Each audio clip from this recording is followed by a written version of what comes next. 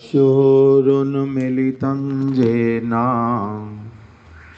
तस्मै श्रीगुरवे नमः। नमो ॐ विष्णुपादाय गौरपृष्ठाय भूतले श्रीमते भक्तिप्रमोदाय पुरीगोस्वामिन् नामिने। नमो ॐ विष्णुपादाय राधिकायै प्रियात्मने श्रीमद् भक्ति वेदांत नारायण इति नामिने। नमो ॐ विष्णुपादाय गुरुदेवायै प्रियात्मने श्रीमद् भक्ति विज्ञान भारती इति नामिने। वाञ्छा कल्पतरुभ्यश्च कृपा सिन्धुभ्य एव च पतितानां पावनेभ्यो वैष्णवेभ्यो नमो नमः।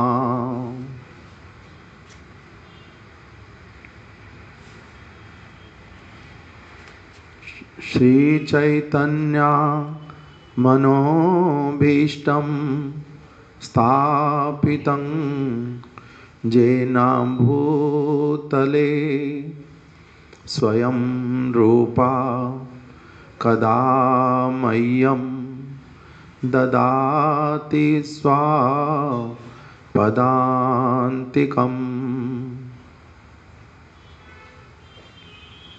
श्रीकृष्ण चैतन्य प्रभु नित्यानंद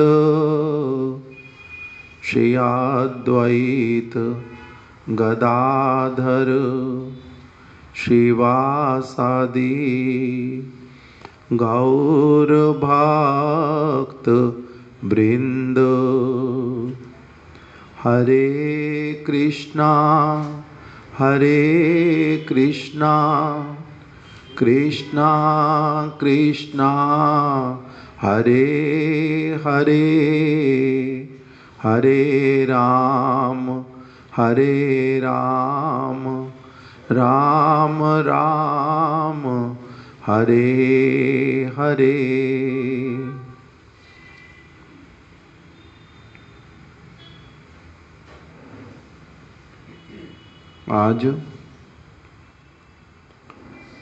आज भी एक बहुत विशेष तिथि। कल हम लोगों ने श्रवण किया था 4 आचार्यों में से एक, 4 वैष्णव आचार्यों में से। कौन से 4 वैष्णव आचार्य जो इस कलयुग में आविर्भूत हुए। वैष्णव आचार्य अनेका अनेक समय समय पर,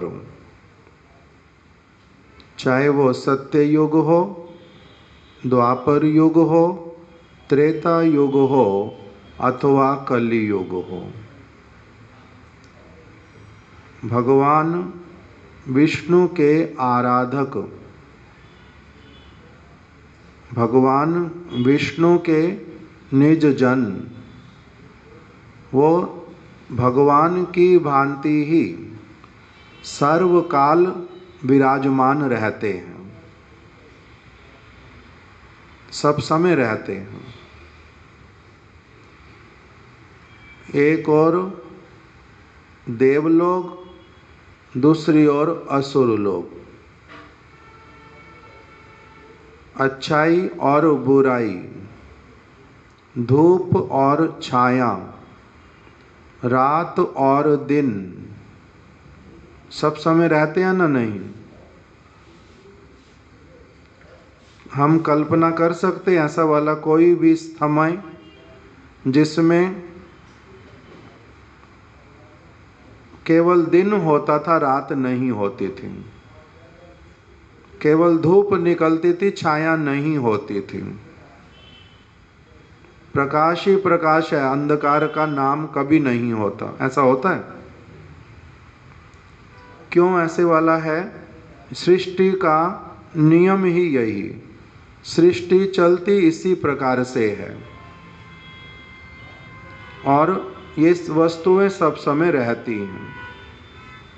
तो इसीलिए सुसिद्धांत कुसिद्धांत, अच्छे लोग बुरे लोग, अच्छे वाले कभी कभी बुरे बनने की राह पर, कभी कभी बुरे वाले बहुत अच्छे वाली राह पर चलने वाले, ये सब समय ही चलता रहता है। इसमें कभी भी परिवर्तन आता नहीं। एक ही जैसी चीज सब समय केवल नहीं होती। तो वैष्णव आचार्य सब समय के लिए रहते हैं, सब समय ही जगत में भगवान की वार्ता का कीर्तन करते हैं, आचरण करते हैं, प्रचार करते हैं। उन्हीं वैष्णव आचार्यों में से जो अनेका अनेक अनगिनत फ्रॉम टाइम इमेमोरियल अर्थात अनंत काल से सब समय के लिए रहते हैं। और इस कलयुग में कल हमने श्रवण किया था, कलयुग प्रारंभ कहाँ से हुआ? जिस समय भगवान श्री कृष्ण ने इस धराधाम से अपने लोक में प्रवेश किया, उसी दिन से कली का स्पर्श प्रारंभ हुआ। उस समय विशेष रूप में जो राज चल रहा था वो किसका? श्री युधिष्ठिर महाराज जी का। प्रत्यक्ष रूप में फिर दिखलाई पड़े परीक्षित महाराज जी को कली। तो इसी कलियुग के लिए ही क्या बतला दिया शास्त्रों में? संप्रदाय विहीना जे मंत्रास्ते विफला मता अता कलौ भविष्यन्ति चत्वारा संप्रदायिना श्री रुद्र ब्रह्म सनक आदया। इसको आगे मेरे को श्लोक स्मरण नहीं आ रहा। इसमें भी है 4 संप्रदाय है। क्षिति पावना, ये क्या करेंगे? क्षिति पावना मतलब इस जगत को पवित्र करने वाले। 4 वैष्णव आचार्य,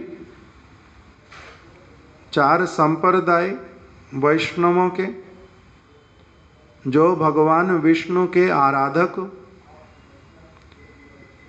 स्वयं भगवान कृष्ण की आराधना करने वाले अथवा भगवान श्री कृष्ण के जो अवतार गण उनकी आराधना करने वाले, सभी एक साथ में क्या कहलाते हैं?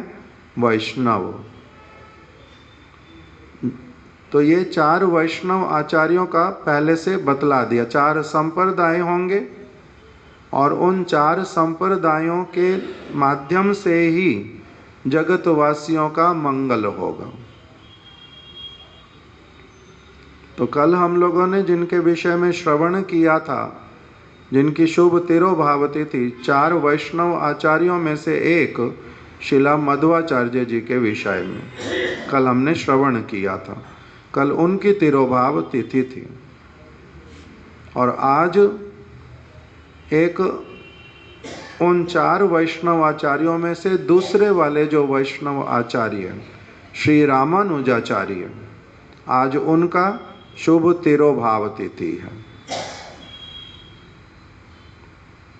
आज हम लोग उनके विषय में ही कुछ श्रवण करेंगे। कल हमने श्रवण किया था अधिकांश सारा कुछ कौन से ग्रंथ में से? हमारे गुरुदेव के द्वारा जो संपादित और गौड़िया वेदांत प्रकाशन से प्रकाशित 4 वैष्णव आचार्यों का चरित्र, 4 वैष्णव आचार्य, ये हमने सुना, उसमें से सुना था। आज भी उसी में से हम लोग श्रीला रामानुजाचार्य जी के जो जीवन चरित्र, उनका जो विशेष महिमा, उसको हम लोग श्रवण करेंगे।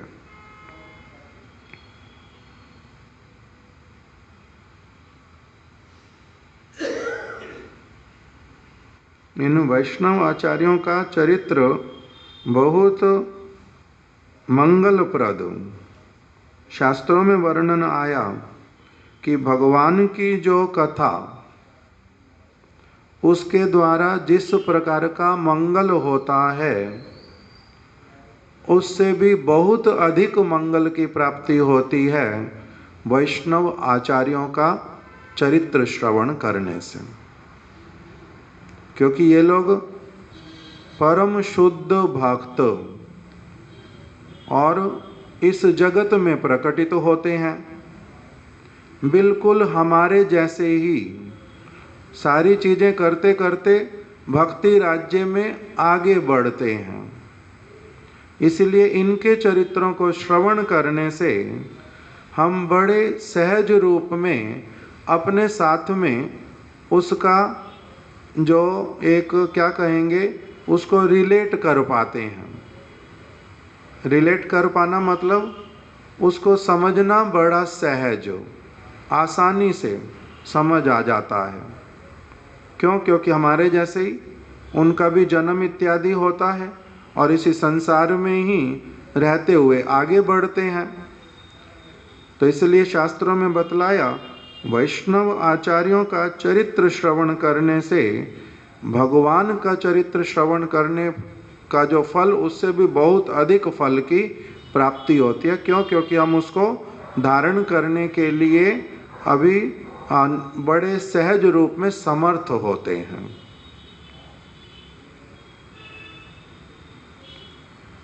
आचार्य श्री रामानुज, कल जिनके विषय में श्रवण किया था, क्या नाम बताया? श्री मध्वाचार्य।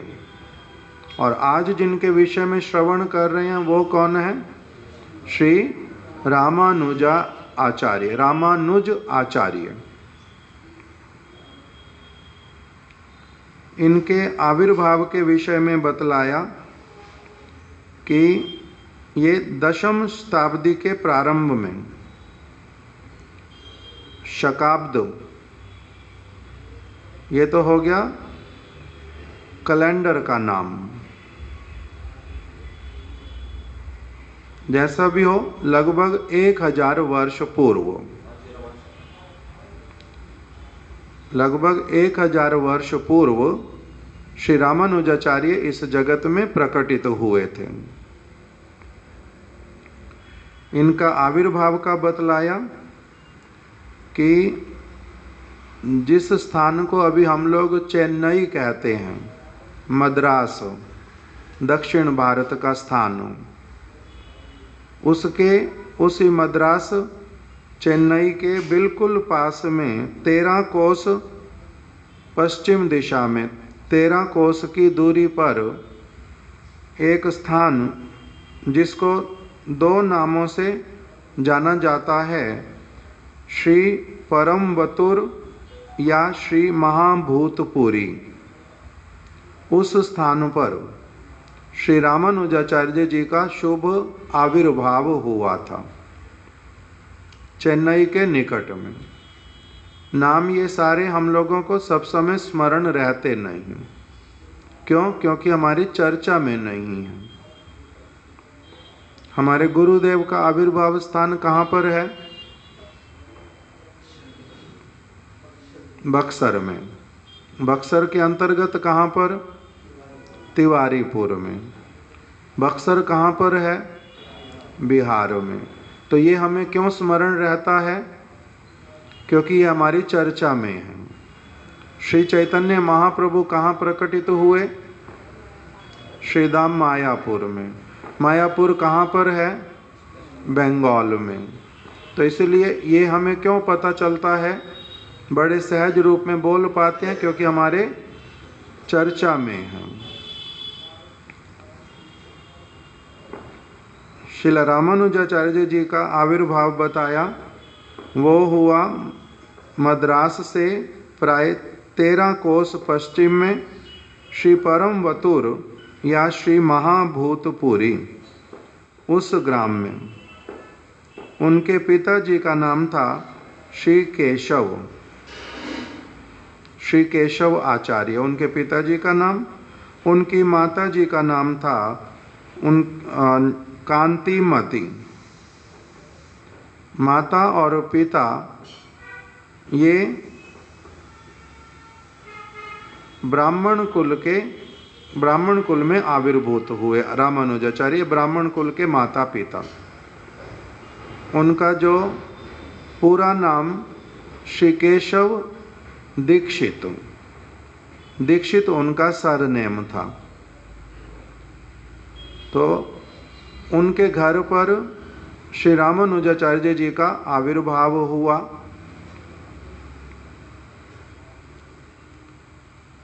जो रामानुजाचार्य जी की माता जी थी श्री कांतिमती देवी, उनका वैष्णवों के साथ में भी संबंध था।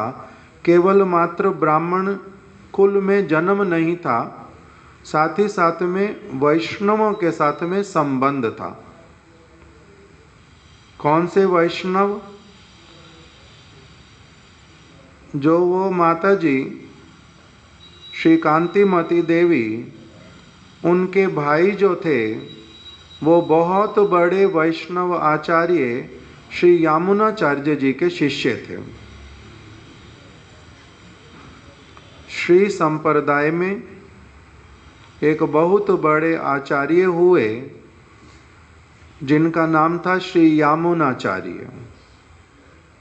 उन यामुनाचार्य जी के बहुत सारे कीर्तन, बहुत सारे उन्होंने श्लोक भी लिखे हैं, रचना की है, यामुन भावावली। तो यामुनाचार्य जी बहुत बड़े वैष्णव थे।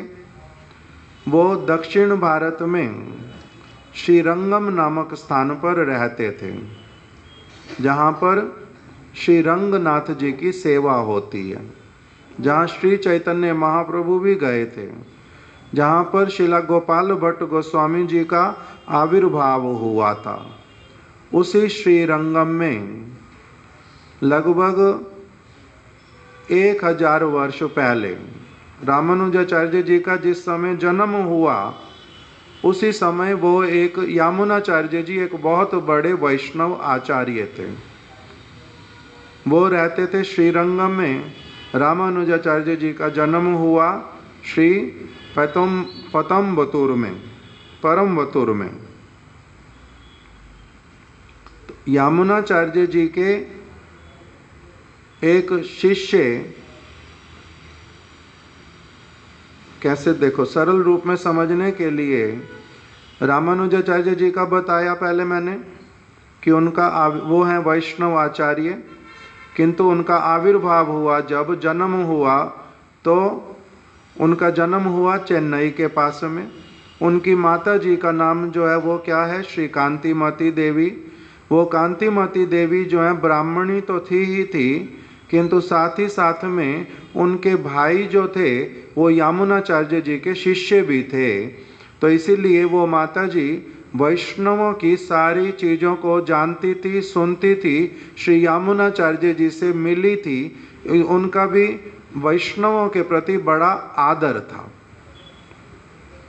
अर्थात श्री रामानुजाचार्य जी को जन्म के साथ ही साथ में ऐसी वाली माता जी प्राप्त हुई जिनका वैष्णव धर्म में बहुत अधिक श्रद्धा भावना था। क्यों? क्योंकि उनके भाई जो थे वो यामुनाचार्य जी के शिष्य थे। यामुनाचार्य जी का यामुनाचार्य जी के पास में उनके भाई सब समय के लिए रहते थे। अपने घर परिवार में रहते नहीं थे उनके भाई। उनके भाई जो हैं वो अपने गुरु जी के पास, यामुनाचार्य जी के पास में श्रीरंगम में ही बहुत समय व्यतीत करते थे और सारे वैष्णवों की जो विचारधारा वो अपने घर में माता को, पिता को, भाई को, बहन को सबको सुनाते थे, बार बार सिखाते थे, वैष्णव का चरित्र उनको सुनाते थे, यामुनाचार्य जी की बातें बतलाते थे। तो इसीलिए श्री रामानुजाचार्य जी की जो माता जी, उनका क्या हो गया, वैष्णव धर्म में सारा कुछ अच्छी तरह से उनके हृदय में बैठ गया। इसीलिए वो केवल साधारण ब्राह्मण नहीं थे, साथ ही साथ में वैष्णव विचार को भली प्रकार से जानने वाली, मानने वाली थी, पालन करने वाली थी। तो इसलिए रामानुजाचार्य जी की जो माता जी, कौन सी माता जी मिल गई जन्म से ही, वैष्णवी माता जी, श्री कांतिमती, उस प्रकार का बतला दिया। इनकी माता जी वैष्णवी और इनके मामा जी वो भी बड़े वैष्णव, श्री यामुनाचार्य जी के शिष्य। यामुनाचार्य बहुत श्रेष्ठ आचार्य, बहुत श्रेष्ठ आचार्य। तो सबसे पहले तो यही बतलाया कि ऐसी माता के गर्भ में ये आए और ऐसी माता के गर्भ से जन्म ग्रहण किया, ऐसी माता का दुग्ध पान किया और ऐसी माता के द्वारा ही लालित पालित होने लगे, जो कौन है, वैष्णवी हैं, जिनके भाई बहुत बड़े वैष्णव हैं, यामुनाचार्य जी के शिष्य हैं और बड़े अच्छे वाले शिष्य हैं। उस प्रकार से बतलाया। उनके भाई का जो नाम है वो क्या था, वो भी यहाँ पर ग्रंथ में वर्णन किया। उनका नाम था श्री शैलपूर्ण। यामुनाचार्य जी के शिष्य श्री शैलपूर्ण वो श्री रामानुजाचार्य जी के मामा जी थे।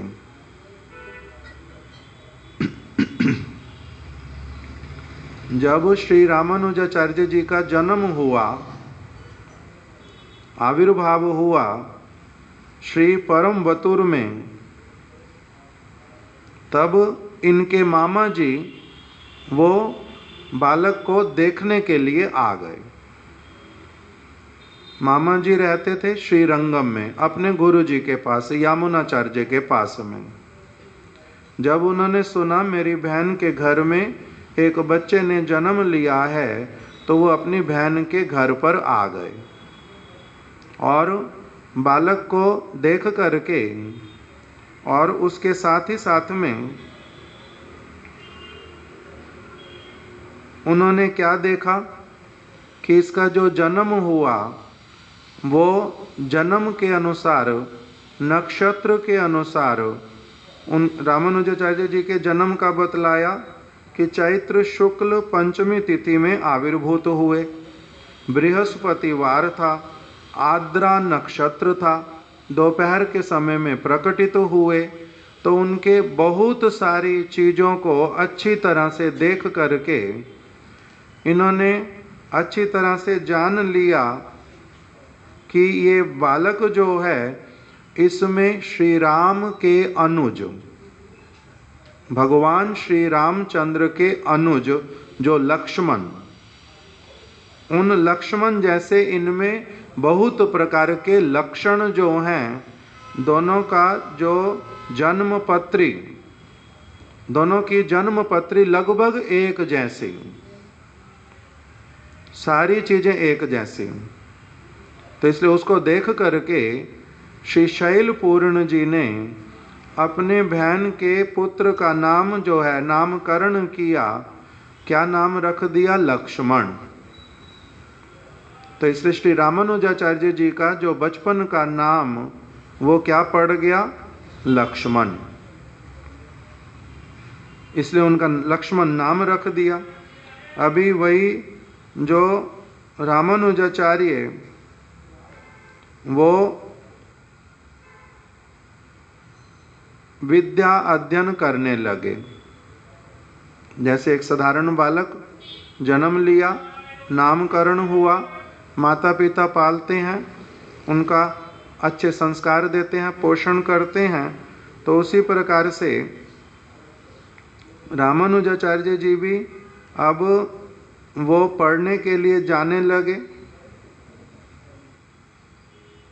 और इनका घर जो है वो बिल्कुल इनके घर के थोड़ी दूरी पर ही जो एक विशेष स्थान, उसका नाम, वहाँ पर भगवान जो है उनका नाम है श्री वरदराज, और उस स्थान का नाम है कांची, अभी आजकल बोलते हैं सभी लोग उसको कांजीवरम, कांजीवरम अथवा कांचीपुरी। वो इनके घर के बिल्कुल पास में, वहाँ पर बहुत सारे वैष्णव लोग रहते हैं, वरदराज जी का सेवा करते हैं। वरदराज जी बहुत प्राचीन भगवान का विग्रह है, जैसे श्रीरंगम बड़ा प्राचीन मंदिर, उसी तरह से वरदराज जी का भी बड़ा पुराना मंदिर। हम लोग जब दक्षिण भारत में गए थे, वहाँ पर भी दर्शन करने के लिए गए थे वरदराज जी के। तो वो वरदराज जी के मंदिर, और वहाँ पर बहुत सारे वैष्णव रहते हैं, और श्री रामानुजाचार्य जी का घर जो था वो बिल्कुल पास में। तो इसलिए इनको एक और तो अपना क्या करते जा रहे हैं, विद्या अध्ययन प्रारंभ हो गया, और दूसरी ओर इनके घर में जो सारा परिवेश था वो कैसे वाला था, भक्तिमय, क्योंकि माता जी वैष्णवी, भक्तिमय परिवेश, मंदिर घर के बहुत पास में श्री वरदराज जी का, वहाँ पर बहुत सारे साधु लोग आकर के रहते हैं। इसीलिए इनके बचपन से ही इनका वैष्णवों का संग होता गया, बचपन से ही वैष्णवों का संग होता गया। माता जी को नींद आ रही, थोड़ा सा पीछे बैठ।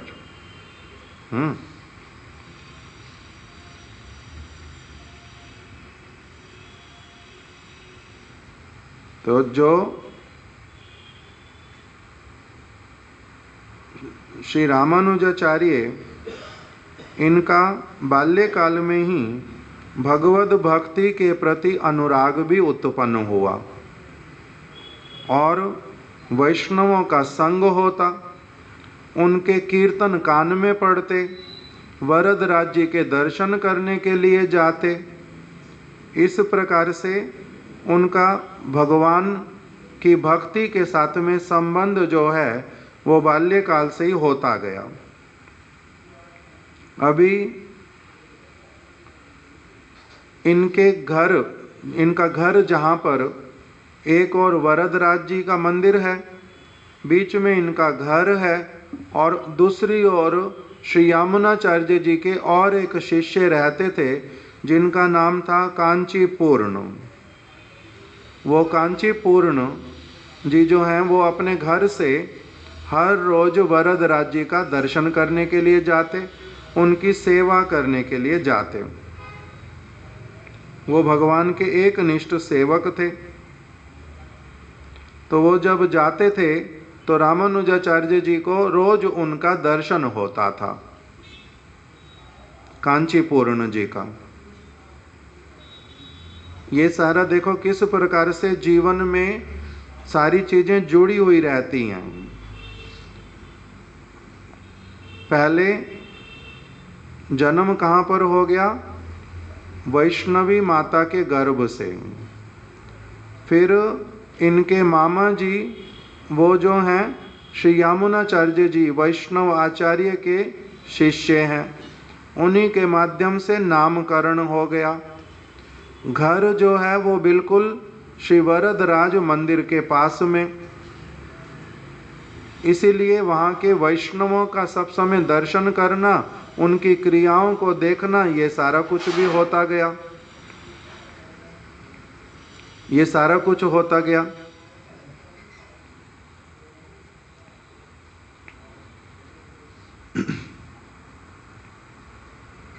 और अब फिर इनके घर के आगे से प्रत्येक दिन ही एक वैष्णव जो हैं वो हर रोज जाते हैं और इनके साथ में वार्तालाप हो जाता है, क्योंकि वो यामुनाचार्य जी के शिष्य थे वो भी।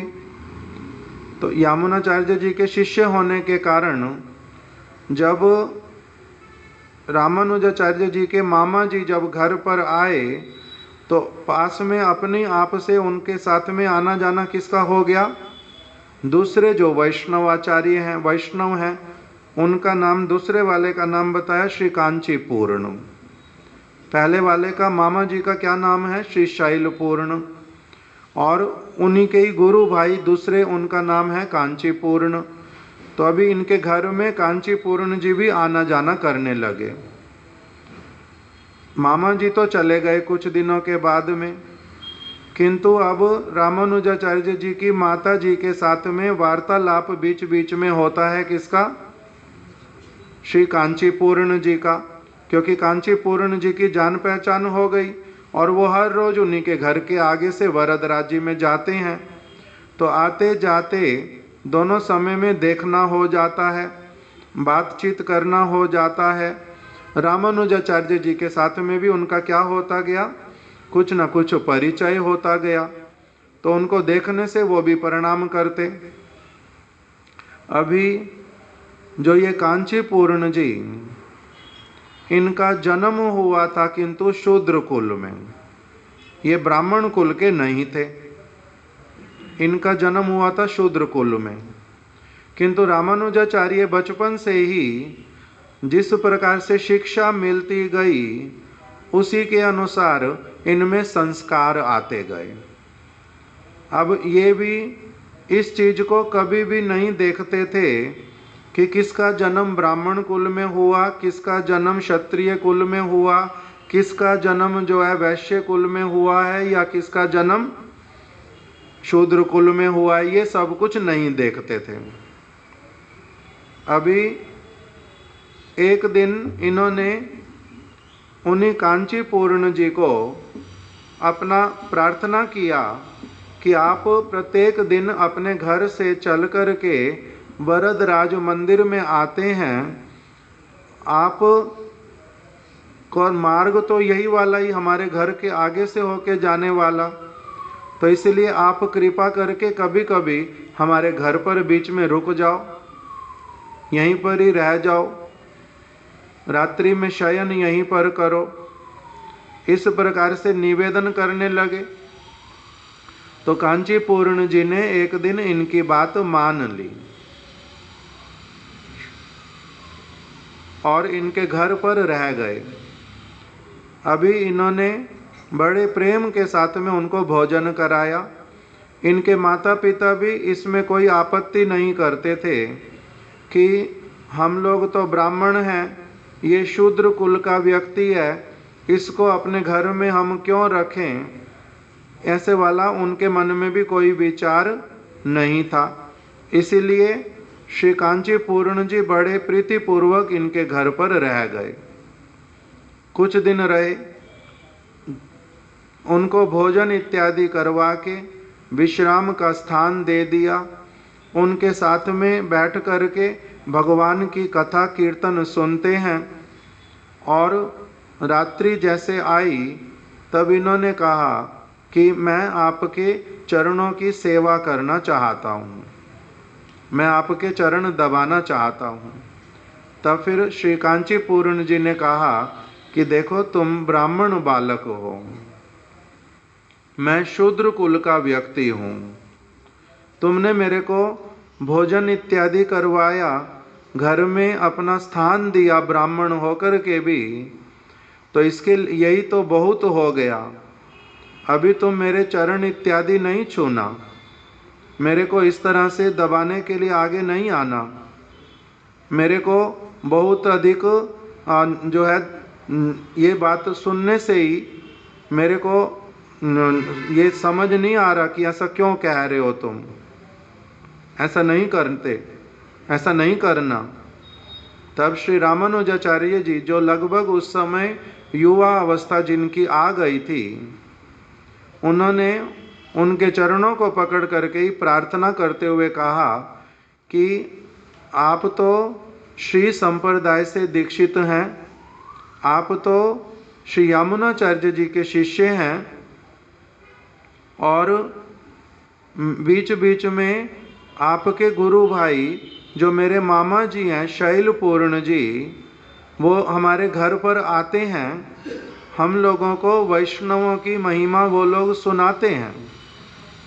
मैंने तो यही उनसे सीखा हुआ सुना हुआ है कि जो समस्त श्री संप्रदाय के सबसे बड़े बड़े आचार्य हैं, उनको वो लोग कहते हैं दक्षिण भारत की भाषा में, श्री संप्रदाय में अलवर।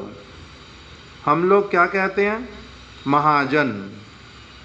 हम लोग जिनको महाजन कहते हैं, द्वादश महाजन हैं, अथवा हमारे संप्रदाय में ये श्रेष्ठ वैष्णव आचार्य हैं, वो लोग अपने श्रेष्ठ वैष्णव आचार्यों को कहते हैं अलवर। तो श्री रामानुजाचार्य जी ने कहा कि आप तो श्री तिरुपल्लम नाम के जो अलवर हैं उनके विषय में आप जानते हैं। वो तो शूद्र कुल में जन्म उन्होंने लिया था, किंतु सारे श्री संप्रदाय के लोग, चाहे वैष्णव हों, बड़े बड़े आचार्य भी, वो सारे भी उनके चरणों में वंदना करते हैं, उनकी प्रार्थना करते हैं।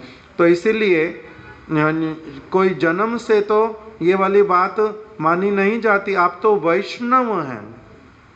भगवान विष्णु की आराधना करने की भावना जिसके मन में प्रबल रूप में आ गई, आपने विष्णु मंत्र में आप दीक्षित हैं, आपके पंच संस्कार हुए हैं, आप सब समय पवित्र जीवन यापन करके आप भगवान का भजन करते हैं, आपके चरणों की सेवा नहीं करेंगे तो किसके चरणों की सेवा करेंगे? मैं तो केवल अभी ब्राह्मण शरीर से हूँ, वास्तविक रूप में तो शरीर से ब्राह्मण होने से ही किसी को ब्राह्मण कहते नहीं हैं। इस प्रकार का सारा विचार कह करके उन्होंने उनके चरणों की सेवा की। उन्होंने स्वीकार भी किया, किस लिए? ये देख करके कि ये बच्चा बाद में ब्राह्मणों के बीच में जाकर के कुछ मेरे लिए परेशानी खड़ी नहीं करेगा, कि ये शूद्र होकर के भी अभी अपने आप को वैष्णव होने के कारण बड़ा मान रहे हैं, बहुत मेरे लिए परेशानी खड़ी नहीं करेगा। ये सिद्धांत की बात समझता है, इसका वास्तविक रूप में शास्त्रों की बात में प्रवेश हुआ है। तो इसलिए उन्होंने उनसे चरण दबवा लिए अपने। रामानुजाचार्य जी और थोड़े बड़े हुए, फिर इनका विवाह इत्यादि हो गया। जब विवाह हुआ, विवाह होने के कुछ समय के बाद में इनकी जो पत्नी थी, वो पत्नी जो है ऐसे शरीर से ब्राह्मण थी, किंतु वैष्णवों के प्रति श्रद्धा रखने वाली नहीं थी। वैष्णव विचार में उसका प्रवेश नहीं हुआ था, इसीलिए वो बड़ी स्मार्त विचार वाली थी। वो केवल शरीर के आधार पर ही कोई ब्राह्मण है तो उसी को तो आदर करती थी, उनके साथ संबंध रखती थी, किंतु दूसरों के साथ संबंध नहीं रख पाती थी, दूसरों के साथ संबंध नहीं रख पाती थी। रामानुजाचार्य जी ने, रामानुजाचार्य जी की माता जी ने, रामानुजाचार्य जी के मामा जी जब बीच बीच में आते, उन्होंने बहुत अलग अलग प्रकार से उसको समझाने का प्रयास किया। भक्ति की बातें, वैष्णवों की बातें, उनको शास्त्र की बातें सब सुनाई, किंतु उनका संस्कार नहीं था, इसलिए वो सारी बातें ले नहीं पाई। उसके जीवन पर प्रभाव था बहुत अधिक किसका? साधारण जो ब्राह्मण होते हैं उनके वाले विचारों का अधिक प्रभाव था। वो साधु, आचार्य, वैष्णव, मंत्र दीक्षा से कैसे व्यक्ति का सारा कुछ परिवर्तित हो जाता है, ये सारी बात वो मानने के लिए प्रस्तुत नहीं थी, संस्कार नहीं था, इसलिए वो सारी बात ले नहीं पाई। तो जैसा भी हो, रामानुजाचार्य जी का जीवन आगे बढ़ने लगा, विवाह तो हो गया। अभी इनके मन में कामना उत्पन्न हुई कि मेरे को अच्छे से जो वेद हैं, उपनिषद हैं, वेदांत इत्यादि शास्त्र हैं, इसको अच्छी तरह से पढ़ने की कामना है। पहले विद्या अध्ययन किया अलग अलग प्रकार का, किंतु अब प्रबल रूप में इच्छा क्या जागृत हुई कि मेरे को वेद वेदांत इत्यादि अच्छी तरह से अध्यापक के पास में रह करके अच्छे से पढ़ना है। तब इन्होंने पता किया तो पता चला कि एक बहुत अच्छी संस्कृत जानने वाले और वेद वेदांत इत्यादि को पढ़ाते भी हैं, ऐसे वाले एक व्यक्ति हैं कांचीपुरम में ही, जिनका नाम है श्री यादव प्रकाश। उनके पास जाकर के मैं क्या करूँगा, वेद वेदांत इत्यादि किस पद्धति से पढ़ने होते हैं वो अच्छे से पढ़ना सीखूँगा, समझना सीखूँगा। इसीलिए वो अब श्री यादव प्रकाश जी के पास में आकर के रहने लगे। यादव प्रकाश जी के बड़े सारे छात्र थे जो उनसे पढ़ते थे। अभी रामानुजाचार्य वहीं पर ही रहते हैं और अपने गुरु जी की सेवा भी करते हैं। जो जो वो सिखाते हैं, क्योंकि एकदम से तो वेदांत को, वेद को सुनने से ही सारा कुछ समझ आता नहीं, उसकी भूमिका पहले बनानी पड़ती है। 1 कक्षा 2 कक्षा 3 कक्षा 4 कक्षा पढ़ते पढ़ते आगे जाते हैं। तो अभी ये सेवा करते थे और पढ़ते भी थे। एक दिन यादव प्रकाश जी के अंगों में ये तेल इत्यादि की मालिश कर रहे थे। उसी समय यादव प्रकाश जी का एक छात्र जो है वो आ गया और उसने यादव प्रकाश जी से एक उपनिषद का वचन बोल करके कहा कि मेरे को ये वाले वचन का अर्थ नहीं समझ आ रहा, आप मेरे को उसका अर्थ समझा दो। तो वो क्या बात उसने बोली, उन्होंने पूछा अपने यादव प्रकाश जी जो उनके अध्यापक संस्कृत के, उनसे पूछा कि छांदोग्य उपनिषद में लिखा हुआ है, छांदोग्य उपनिषद में लिखा है, तस्य यथा कप्यासम पुंडरीकमेवा मक्षिणी।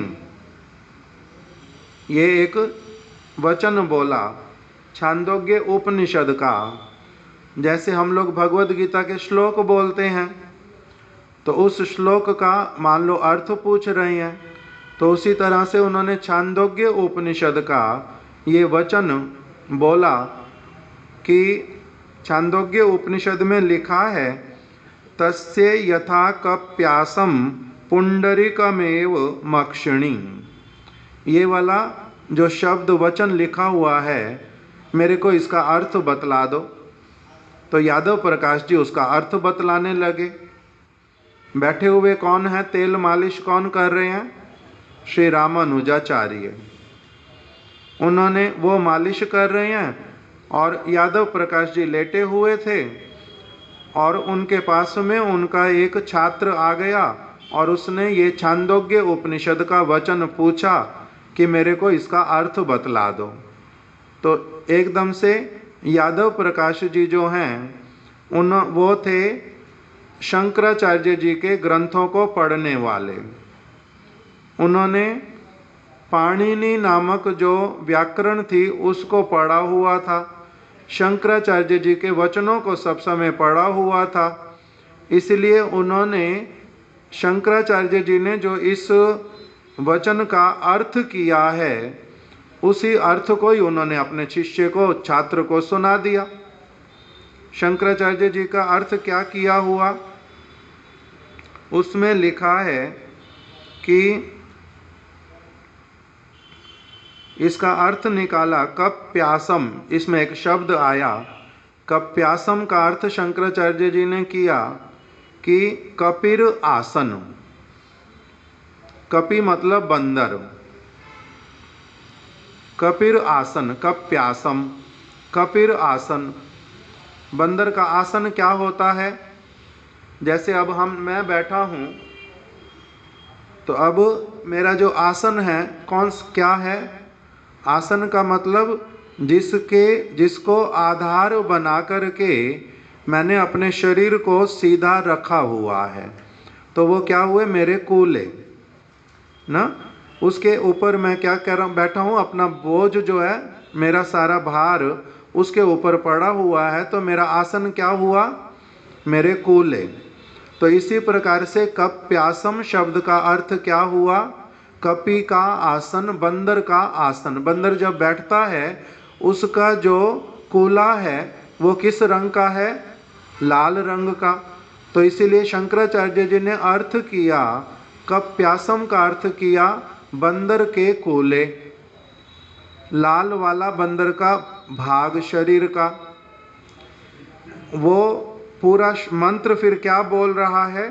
तस्य यथा कप प्यासम पुंडरीकम एवं अक्षिणी, कि जो भगवान हैं हिरण्य पुरुष, उनके जो नेत्र हैं, दोनों नेत्र, वो बंदर के पिछले भाग के भांति लाल हैं। ये वाला अर्थ निकला उसका कप्यासम का। कपि आसन ये वाला उस छात्र को समझ नहीं आ रहा था, बाकी तो स्पष्ट था। तो इन्होंने बतला दिया कि शंकराचार्य जी ने इसका अर्थ जो किया है वो क्या किया है? बंदर का जो आसन, उसका जो रंग है, भगवान के नेत्रों का रंग भी उसी प्रकार का है। यही छांदोग्य उपनिषद में लिखा हुआ है। अभी जब उन्होंने तो अर्थ कर दिया, अभी रामानुजाचार्य जो हैं, इनके नेत्रों से अश्रु प्रवाहित होने लगे, और वो अश्रु अब जैसे बैठे हुए हैं, अपना सेवा तो करते जा रहे हैं, किंतु इनके आंखों से आंसू निकले, और वो आंसू इनके मुख से बहते बहते हाथों को वहाँ लगा नहीं रहे अपने नेत्रों पर, आँख से आंसू निकले, इनके मुख के ऊपर, इनके कपोलों से होते हुए नीचे गिरने लगे, इनके ही अपने अंगों पर, रामानुजाचार्य जी के। उसी में से ही एक आधे अश्रु का, दो अश्रु का कुछ छींटा जो है वो पड़ गया यादव प्रकाश के शरीर पर। तो एकदम से उन्होंने अपने नेत्र खोले, पहले मालिश करवा रहे थे, आंखें बंद करके नेत्र खोले, इनकी तरफ देखा, इनकी आंखों में निरंतर आंसू निकल रहे हैं, और मुंह को बड़े जोर से बंद करके कि मेरे मुख से मेरे दुख वाली कोई आवाज़ ना निकले, इसलिए मुख को भी बंद करके, किंतु दुख के साथ में नेत्रों से अश्रु बहा रहे थे।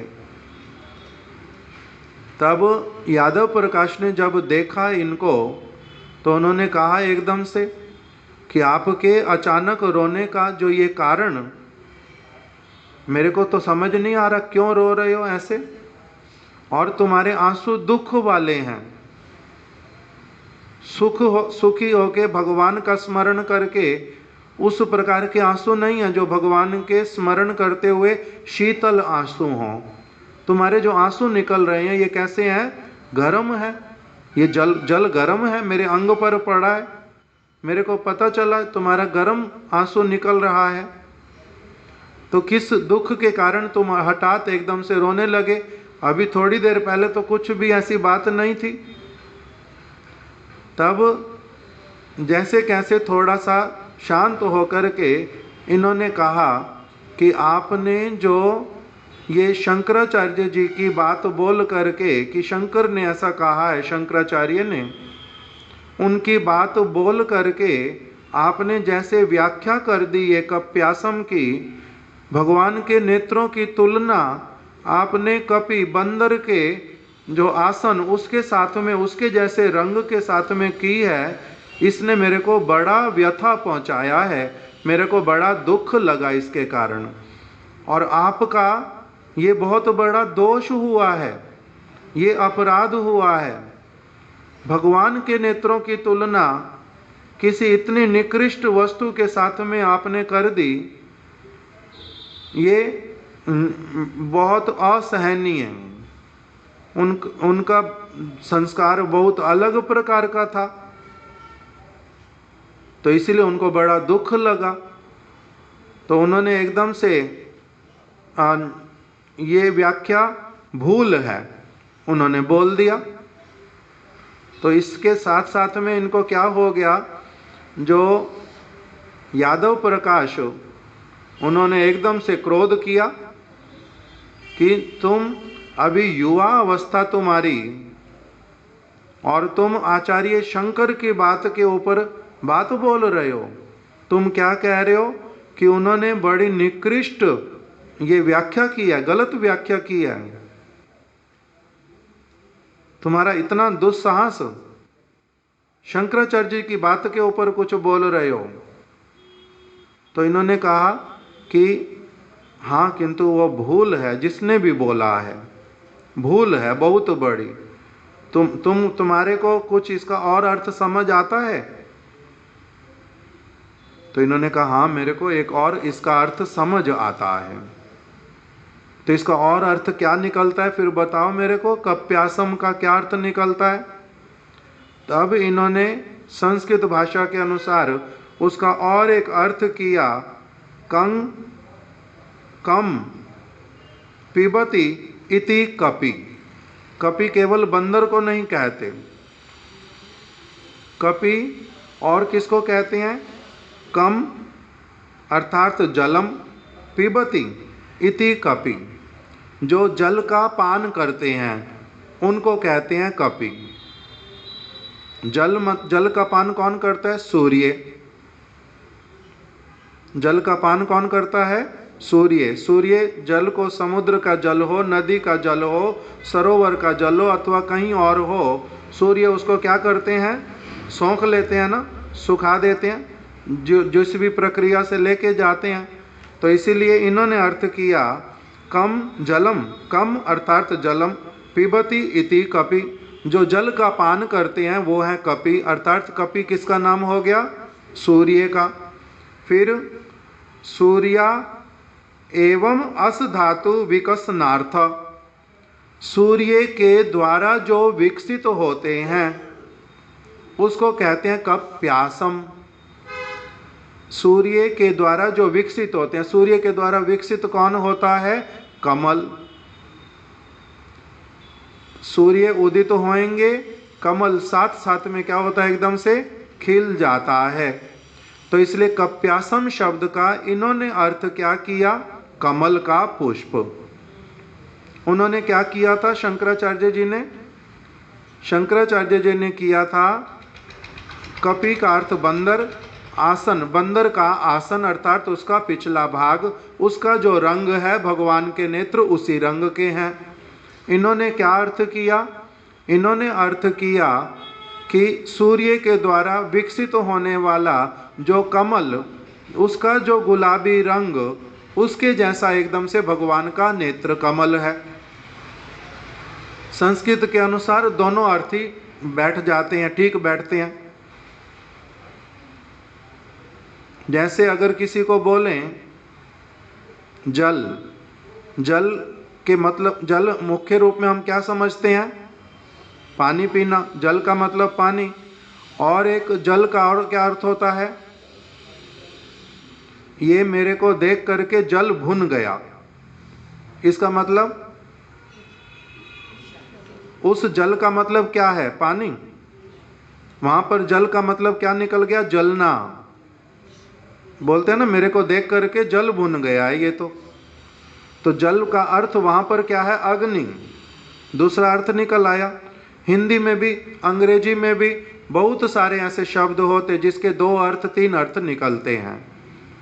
हमारे गुरुदेव की कथाओं के आधार पर हमारी श्यामा रानी दीदी ने एक ग्रंथ निकाला, द वे ऑफ लव।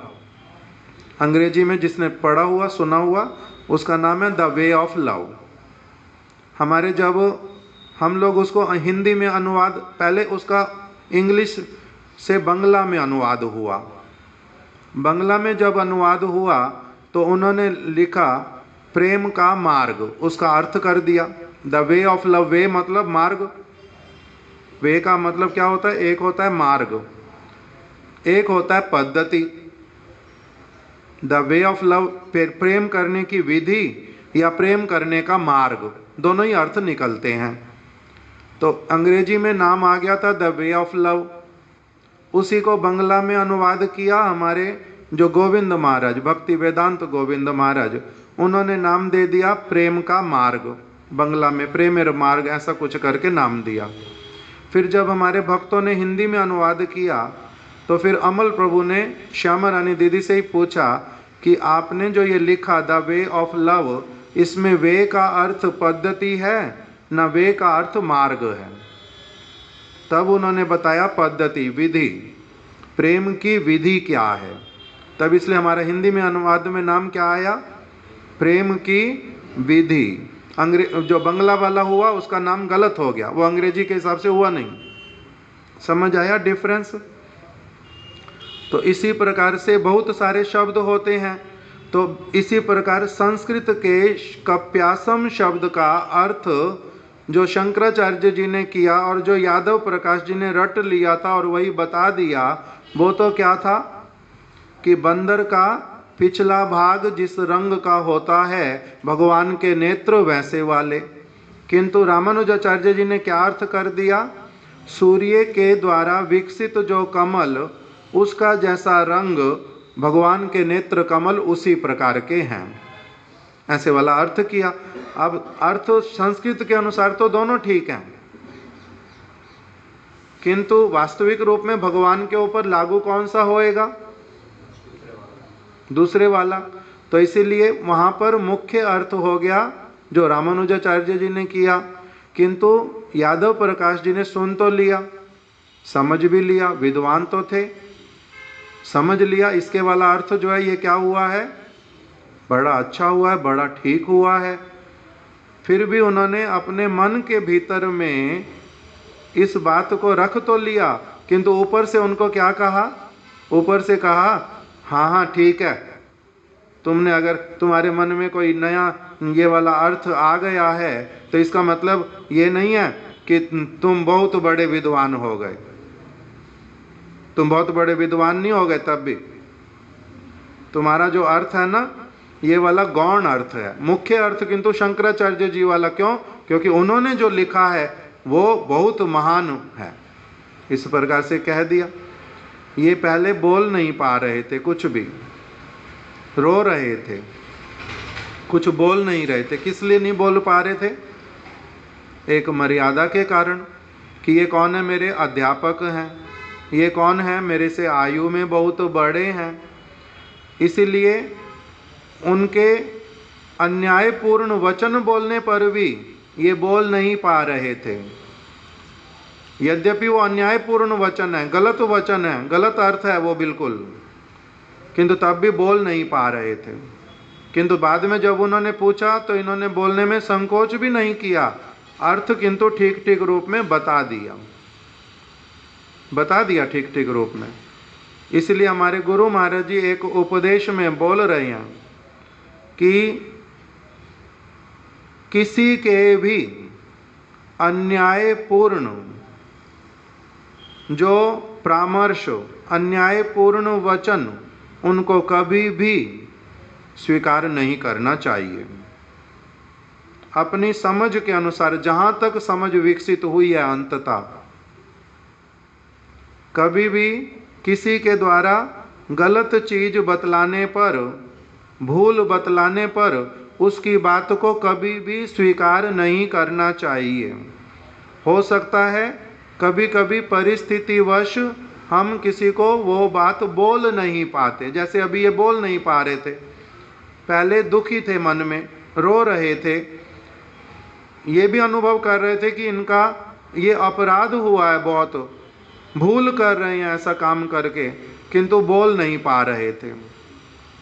किंतु अन्याय की बात सुन करके एक समय में हो सकता उसका विरोध नहीं कर पा रहे थे, किंतु स्वीकार भी नहीं कर पा रहे थे।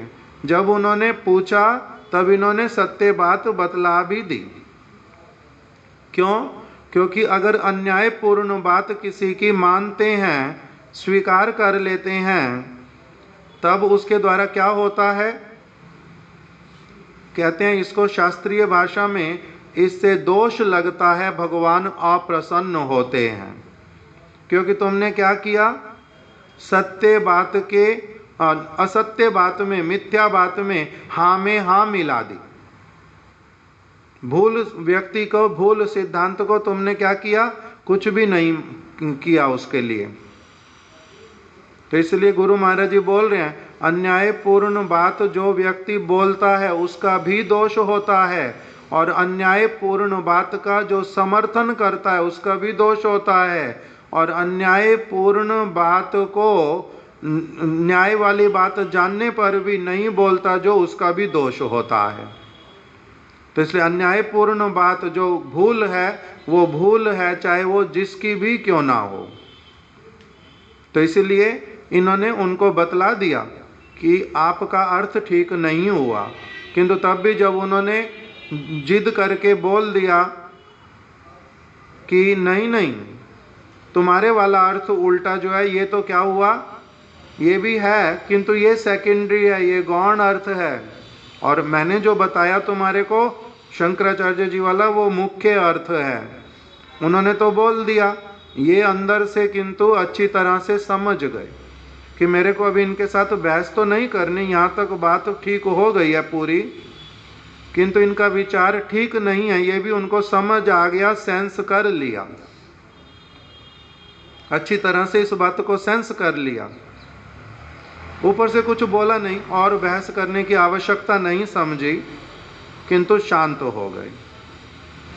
फिर और एक चीज हुई दूसरी कि इनके यही यादव प्रकाश जी, उनको उस समय के वहाँ के जो राजा थे, चोल राज, उन्होंने यादव प्रकाश जी को बुलाया कि आप बहुत सारे मंत्र, बहुत सारे शास्त्र की बातें, सारा कुछ जानते हैं, मेरी कन्या जो है उसके ऊपर प्रेत आ गया है, ब्रह्म दैत्य।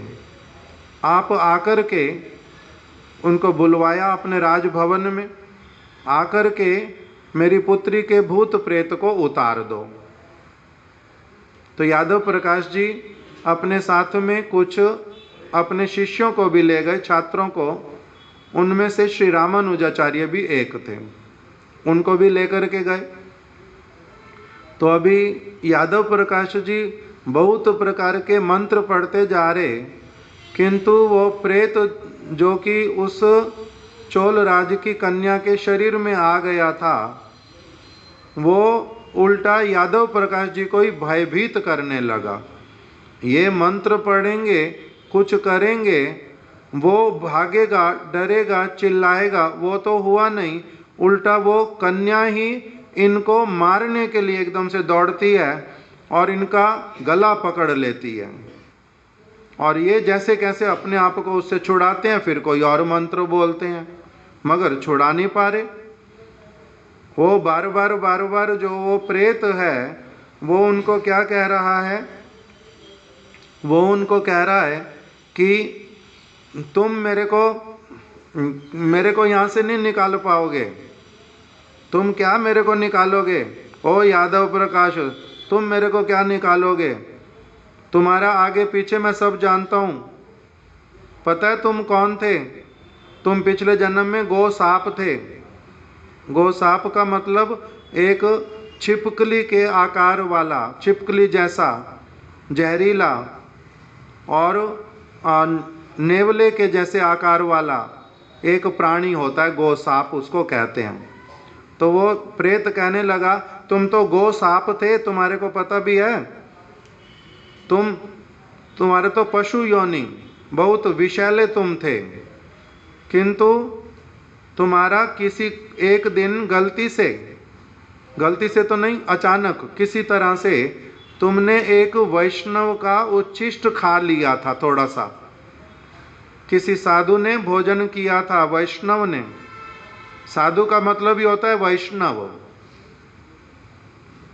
भक्त का मतलब होता है वैष्णव। और जो मायावादी साधु का वेश बना के भले ही घूमते रहें, निरंकारी भले ही साधु का वेश बना के घूमते रहें, किंतु उनको शास्त्रीय दृष्टि से, भगवान की दृष्टि से उनको साधु नहीं कहते। ये साधु नहीं है, वो लोग साधु नहीं। साधु का मतलब एकमात्र क्या होता है? भगवान का भक्त, वैष्णव, उसको कहते हैं केवल साधु। बाकी सारे केवल मात्र नाम के साधु। तो उन्होंने बोल दिया, तुम्हारा क्या हुआ था? पिछले जन्म में किसी वैष्णव का थोड़ा सा तुमने क्या जूठन खा लिया था, उसी कारण से तुम्हारे को मनुष्य शरीर मिल गया, ब्राह्मण शरीर मिल गया, किंतु तुम हो गो सांप। तुम्हारी अच्छी अभी मनुष्य शरीर मिला, किंतु तुम उसका लाभ नहीं उठा पाए। कौन बोल रहा है? प्रेत। प्रेत बोल पाता है ऐसी बातें? उसको पता होता है ये सारा कुछ? तो कहते हैं हाँ, सूक्ष्म शरीर में जब होता है व्यक्ति, तब उसको बहुत कुछ पता होता। वृंदावन में हमारे गुरु भाई श्रील वामन गोस्वामी महाराज जी के शिष्य परेशानंद प्रभु, उसको प्रेतनी ने पकड़ा, उसी ने बता दिया श्रील वामन गोस्वामी महाराज जी का चरणामृत रखा है रूप सनातन गौड़िया मठ में, मनोहर दास बाबा जी के ट्रंक में, वहाँ से निकलवा करके मेरे को दे, मेरा उद्धार होएगा। तो देने के लिए गए परेशानंद और परमेश्वरी प्रभु केशी घाट पे, प्रेतनी उद्धार हो गई। तो उनको पता होता है, क्यों? क्योंकि उनका ऐसे वाला शरीर नहीं है, हमारे वाला स्थूल शरीर नहीं है, उनका सूक्ष्म शरीर है। तो इसलिए वो प्रेतनी ने बोल दिया, तेरा पिछला जन्म जानती हूँ, तेरा इस जन्म को भी जानती हूँ। प्रेत ने बोल दिया चोल राज की कन्या के मुख से, तुम मेरे को नहीं भगा पाओगे, किंतु हाँ, तुम्हारे साथ में जो आया ये लक्ष्मण, उसका नाम, उनका नाम था रामानुजाचार्य का उस समय लक्ष्मण। तो ये लक्ष्मण का यदि मेरे को चरणामृत मिल जाए, ये अगर अपना चरण जो है मेरे मस्तक पर रख दे, तब मेरा उद्धार हो जाएगा। उसने ऐसा बोल दिया। अभी सब लोग सुन रहे हैं, सिर्फ यादव प्रकाश थोड़ा ना सुन रहा था। चोल राज वहीं पर, कन्या तो है ही है, और बहुत सारे लोग साथ में थे, यादव प्रकाश के और छात्र भी साथ में थे, सबने सुना। अब जैसे ही उन्होंने सुना तो यादव प्रकाश को कहना पड़ा, किसको? लक्ष्मण को, कि भाई तुम्हारे लिए बोलती है, तुम आ जाओ, अपने चरण रखो तो इसके मस्तक के ऊपर। तो उन्होंने, लक्ष्मण ने अपने चरण जैसे ही रखे उस कन्या के सिर के ऊपर, उसी समय एकदम से वो शांत हो गई। और शांत होने के बाद एकदम लज्जित होकर के, क्योंकि निर्वस्त्र थी, पहले वस्त्र उतार के फाड़ के फेंक रही थी, युवती थी, किंतु तब भी वस्त्र नहीं पहनती। क्यों? क्योंकि प्रेत उसके ऊपर बैठा हुआ, उसको लज्जा नहीं आती थी, कुछ नहीं, प्रेत करवा रहा है तो सारा कुछ। अब जैसे ही प्रेत चला गया उसके शरीर में से, एकदम से जब उसने देखा मैं तो नग्न हूं, अंदर दौड़ करके चली गई। लज्जा आई उस समय, पहले लज्जा नहीं आ रही थी। क्यों? पहले क्या था? प्रेत ऊपर चढ़ा हुआ था। इसी के बीच में बहुत सारी शिक्षाएं हैं। हमारे महाराज जी ये सारा कुछ बड़े विस्तार से बताते थे। कहते हैं मनुष्य भी इसी प्रकार से माया के चंगुल में पड़ के एकदम से निर्लज होकर के ना जाने क्या क्या करता रहता है, उसके ऊपर भी माया रूपी अनेक प्रेत चढ़े रहते हैं। किंतु जब वैष्णवों की कृपा से उसके प्रेत एक एक करके जाते हैं, तब वो स्वयं लज्जित होता है कि मैं क्या क्या जीवन में करता हुआ आया हूं। मेरे को भगवान देख रहे होंगे, मेरे को वैष्णव लोग उनके परिकर देख रहे होंगे कि मैं क्या क्या करता हूं। इसलिए उसको लज्जा आती है उस समय, और वो बहुत हाय हाय करता है, विलाप करता है, क्षमा प्रार्थना करता है भगवान से कि मैं कैसा था। अब ये जब हो गया तो वहीं राजभवन में अब राजा के मंत्री लोग, सारे विद्वान लोग और यादव प्रकाश के साथ आने वाले छात्र लोग सारे क्या करने लगे, लक्ष्मण का बड़ा प्रशंसा करने लगे, लक्ष्मण के आदर करने लगे, उनको अच्छे आसन पर बिठाया, बड़े सारे उपहार देने लगे। यादव प्रकाश गुरु हैं, अध्यापक हैं, उनको भी उपहार दिए, किंतु लक्ष्मण को बहुत कुछ दिया, बड़ा सम्मान किया। अब अपने सामने इस प्रकार का सम्मान अपने ही किसी छात्र को, जिसको शासन करते हैं, जिसको पढ़ाते हैं, अभी नया नया है, उसके सामने जब ऐसा वाला हुआ तो इसका मन एकदम से कैसा हो उठा, मुख सूख गया। आनंद होना चाहिए था तो ऐसे तो कि ये इतना अच्छा बालक है, ये ऐसा वाला वैष्णव है। उसने बोला ये वैष्णव है, इसके चरण से मेरा मंगल होगा,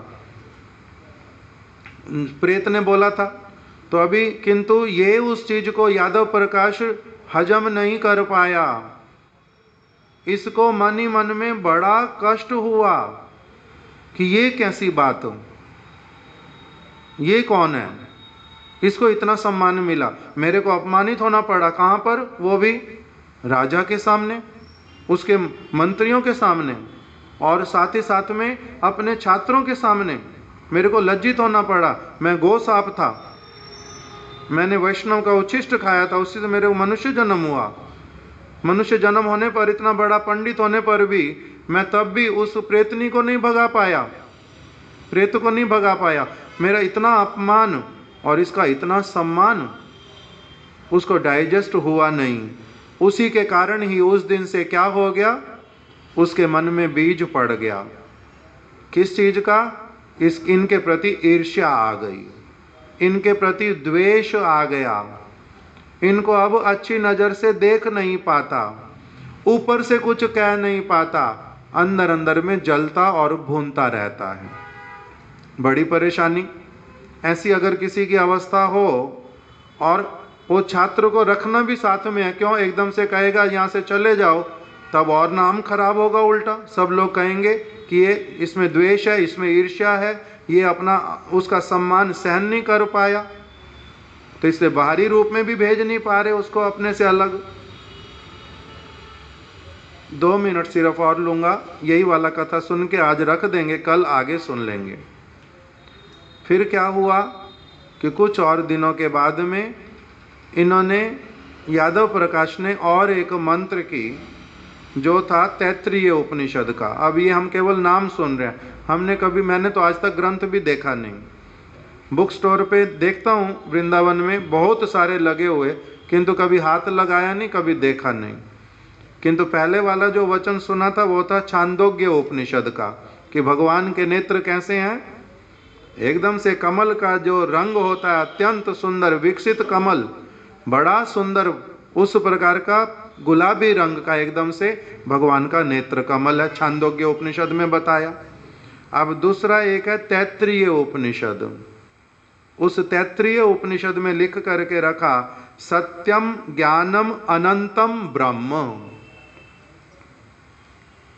जो भगवान है। ब्रह्म शब्द का अर्थ, मुख्य अर्थ क्या होता है, भगवान।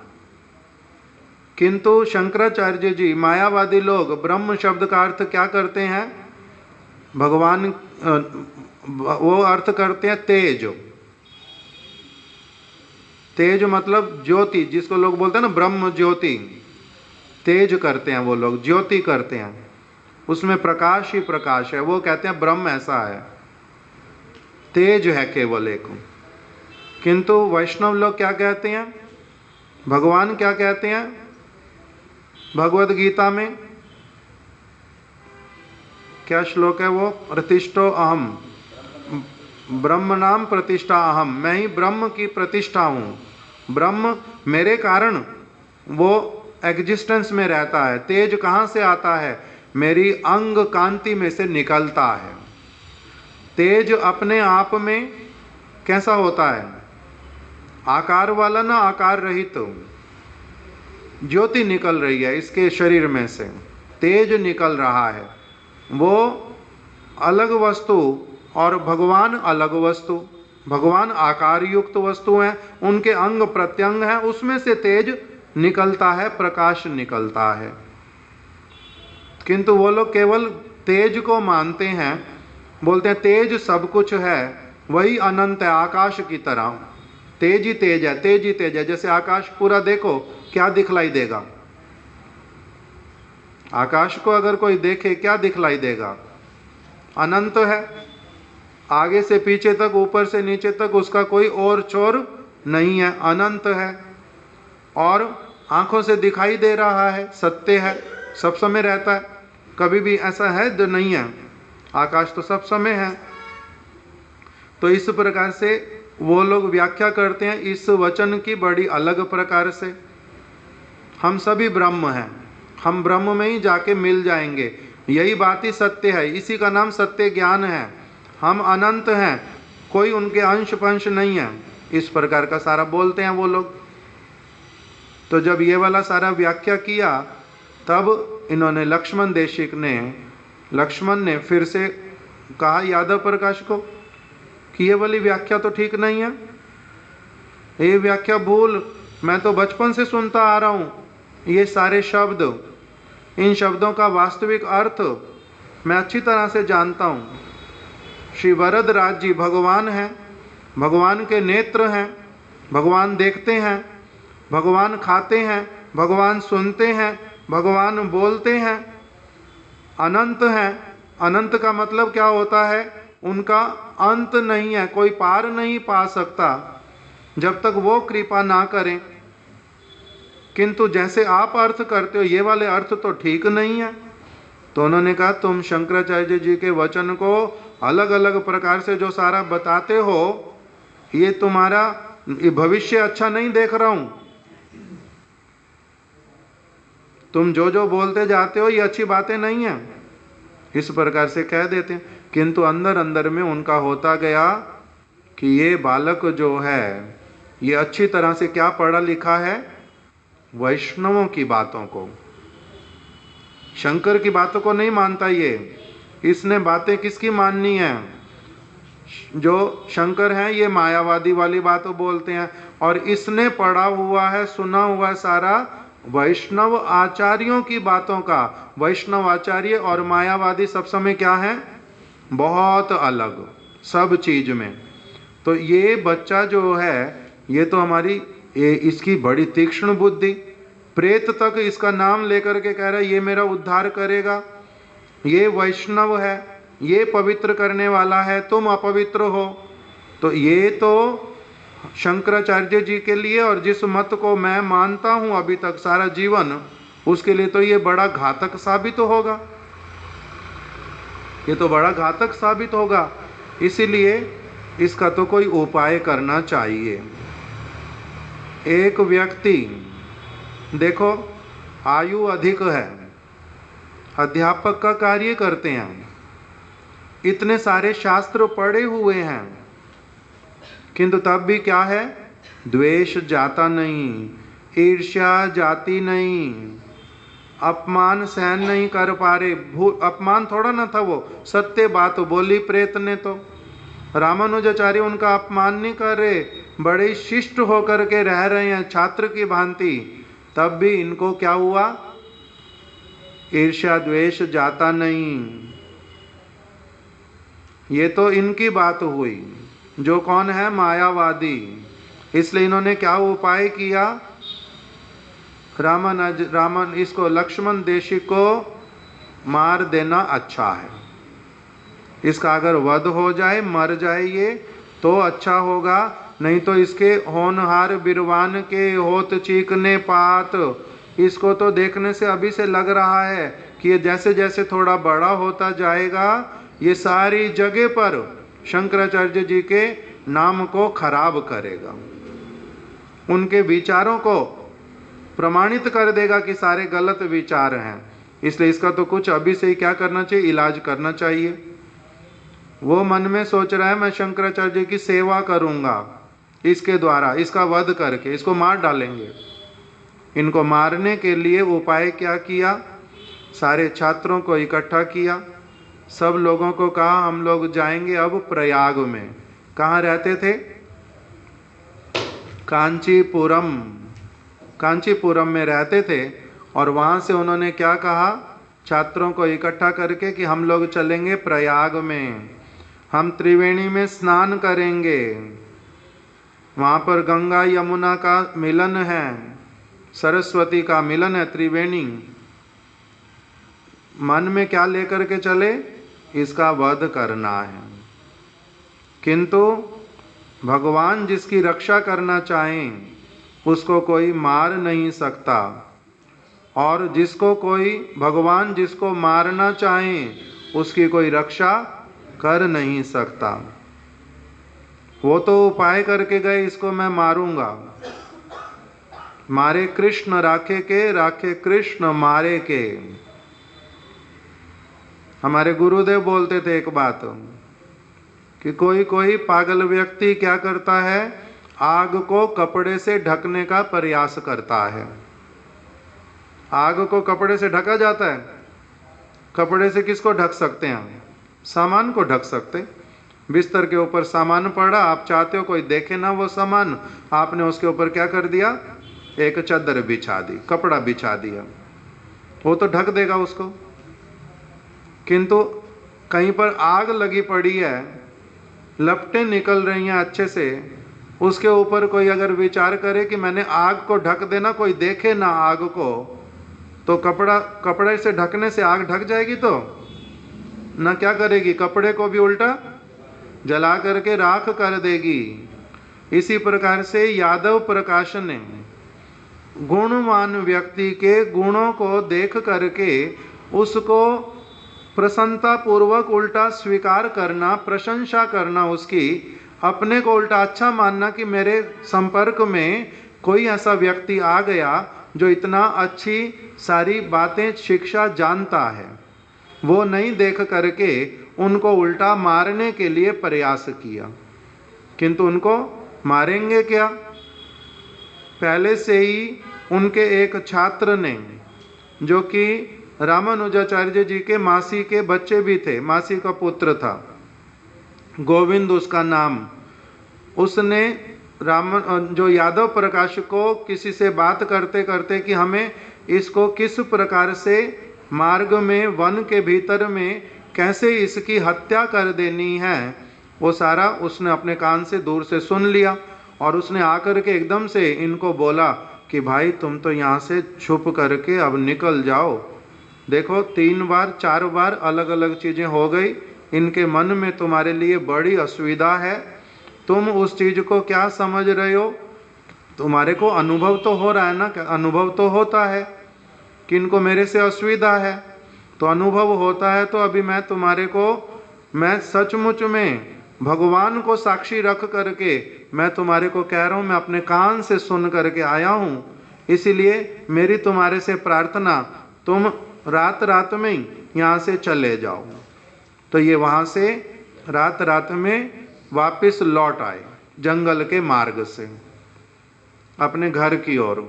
और उधर जो यादव प्रकाश सुबह सुबह उन्होंने थोड़ी देर देखा तो पहले कौन आ गए, गोविंद वापस आ गया जहाँ पर सारे रुके हुए थे। गोविंद से पूछा जे लक्ष्मण कहाँ हैं, तो कहते उन्होंने झूठ बोल दिया कि मैंने तो सोचा था लक्ष्मण उल्टा पहले आ गया आपके पास में, वहाँ मैं बाद में आ रहा हूँ, मैं तो पीछे आया हूँ। तो नहीं वो पहले नहीं आया, ढूंढो उसको कहाँ पर है। तो सब लोग इकट्ठे ढूंढने लगे, मिले नहीं। तो यादव प्रकाश बड़ा प्रसन्न हुआ मन मन में, क्या कह करके कि अच्छा ही हुआ, मैं हत्या करना चाहता था, ब्राह्मण बालक क्यों हत्या करता, मगर मैं हत्या करता उससे पहले ही इसको किसी पशु ने खा लिया, बड़ा अच्छा ही हो गया, मर गया। नहीं तो इतनी हम कितने घंटों से ढूंढ रहे हैं, मिल ही नहीं रहा, तो मर गया तो अच्छा ही हुआ, अपने आप मर गया उल्टा। किंतु ये कहाँ पर आ गए, ये तो अपना जंगल के मार्ग से चल के अपने घर की तरफ चलना था, बहुत दूरी आ गई थी। तो जब चलने के लिए गए तो इनको मार्ग में और एक दंपत्ति, उनके लिए नाम लिख करके रखा। वो लोग थे व्याध के रूप में, शिकारी के रूप में, व्याध वाले वस्त्र पहने हुए, वैसी वेशभूषा बनाई हुई दंपत्ति, मतलब पति पत्नी, वो भी उसी मार्ग पर चल रहे थे। इन्होंने कहा कि आप कहाँ जा रहे हो? तो उन्होंने कहा हम कांचीपुरम जा रहे हैं। तो बहुत अच्छा हुआ, मैं भी कांचीपुरम ही जा रहा हूँ, एक उल्टा साथ मिल गया मेरे को, तो बहुत अच्छा हुआ, वन के मार्ग से जा रहे हैं। तो जाते जाते अभी रात का समय आ गया, तो व्याध की पत्नी बोलती है बहुत प्यास लगी है, प्यास लगी बहुत अधिक, मेरे को पानी पीने की इच्छा हो रही है। तो रामानुजाचार्य जी ने, लक्ष्मण देशिक उस समय नाम उनका, लक्ष्मण देशिक ने कहा कि मैं ही आपको जल पिला देता हूँ। हमारे महाराज जी इसको एक अलग प्रकार से भी सुनाते थे, किंतु ग्रंथ में जिस प्रकार से लिखा हुआ पहले, अब हम केवल वही सुन रहे हैं। तो व्याध की पत्नी ने कहा उसको प्यास लगी बहुत अधिक। रामानुजाचार्य जी ने देखा थोड़ी दूरी पर ही एक सीढ़ी वाला कुआं था, जिसको बोलते हैं बावड़ी, ब्रज में बोलते हैं बावड़ी है ये। उसमें क्या होता है, सीढ़ियाँ होती हैं। तो वो रामानुजाचार्य जी ने वहाँ से जल लिया, 3 बार लेकर के वो व्याध की पत्नी को पिला दिया। और इनके देखते ही देखते, चौथी बार उसको जल पिलाएंगे, देखते ही देखते वो दोनों पति पत्नी इनके सामने से अदृश्य हो गए, दिखलाई नहीं दिए। और जल पिलाने जाएंगे वो दिखाई देते नहीं। और अभी वो उठे, बाहर आए तो देखा कि कांचीपुरम में ही है।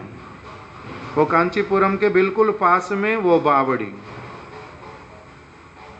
वहीं पर जब पहुंच गए, अब अपने घर में पहुंच गए, माता के साथ में घर में जैसे रहते हैं रहने लगे।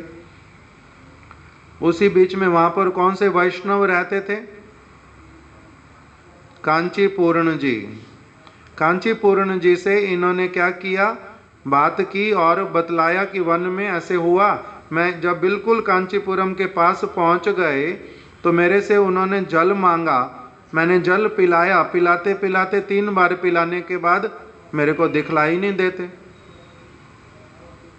तब उनको कांचीपूर्ण जी ने कहा कि लक्ष्मण आज से एक काम करना, आज से नित्य प्रति वहाँ से जो जल है उसी कुएं से लेकर के घड़ों में भर करके हर रोज वरदराज जी के पास में पहुंचा देना।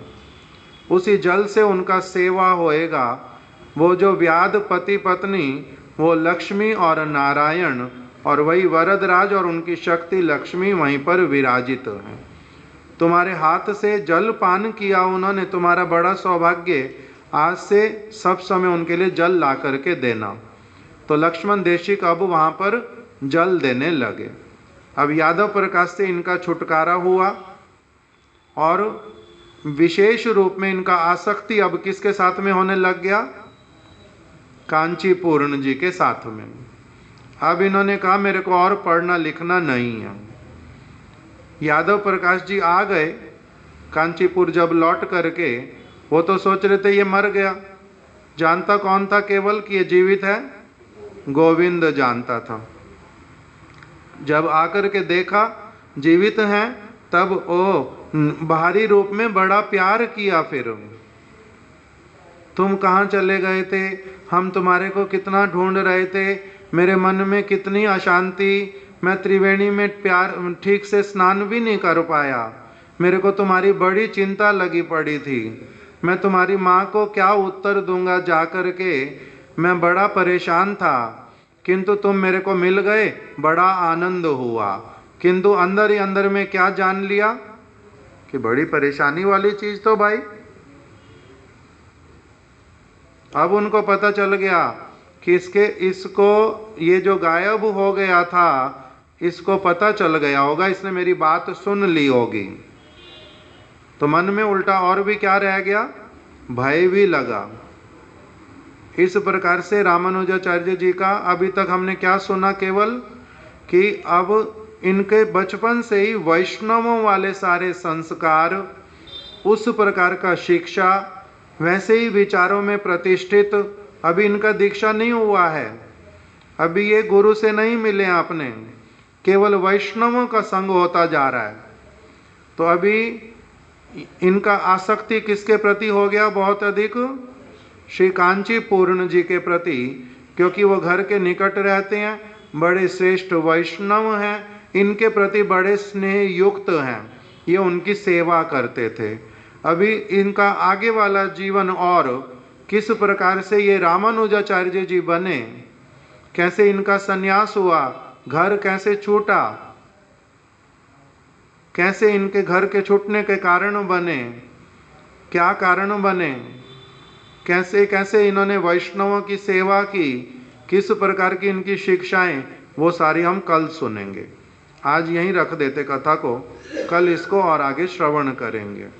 ये बहुत महान वैष्णव आचार्य हैं, ये लोग साधारण लोग नहीं हैं। इनका स्वरूप क्या है, कल सुना था श्री मध्वाचार्य जी, वो कौन थे, कौन सी वायु जो यहाँ प्रवाहित हो रही है, प्राण वायु, मूल वायु वैकुंठ लोक की, इस जगत वाली नहीं। इसी प्रकार से ये स्वरूपता क्या है श्री रामानुजाचार्य, इनको कहा श्री शंकर्षण के अंश, बलदेव जी के अंश शंकर्षण, ये संकर्षण के अंश अर्थात लक्ष्मण ही थे, इसलिए नाम भी क्या मिल गया था, लक्ष्मण। तो इसलिए साधारण व्यक्ति नहीं, किंतु इस जगत में आकर के साधारण व्यक्तियों को ठीक ठीक भगवान के जगत वाली वार्ता, उनका स्वरूप, उनका तत्व, वैष्णव का क्या महिमा, ये सारा कुछ सिखलाने के लिए इस जगत में प्रकटित होते हैं। तो इसलिए अभी तक हमने इनका कुछ कुछ चरित्र श्रवण किया, अभी कल और अधिक श्रवण करेंगे। श्रील रामानुजाचार्य जी की जय, उनकी शुभ तिरोभाव तिथि की जय, उनकी इस तिरोभाव तिथि का पालन करने वाले समस्त वैष्णव भक्तों की जय। वांछा कल्प तरुभ्यश्च कृपा सिंधुभ्य एव च पतितानां पावनेभ्यो वैष्णवेभ्यो नमो नमः। ये सारी बातें सत्य लिखी हुई ना मिथ्या। अभी जो शिला प्रभुपाद जी के ऊपर आक्रमण हुआ था नवद्वीप में, वो सत्य था ना मिथ्या था, सत्य। उसके अभी न्यूज़पेपर मिल जाते, उसकी लिखा हुआ भी सारा कुछ मिल जाता है, 100 वर्ष पहले का, इसलिए विश्वास होता है। किंतु देव और असुर सारा सब समय रहते हैं, इसलिए ये सारी चीजें सब समय होती रहती। ये सारा कुछ सुनने का लाभ तभी है जब हमारे को ये इतिहास है, वास्तविक सत्य इतिहास है।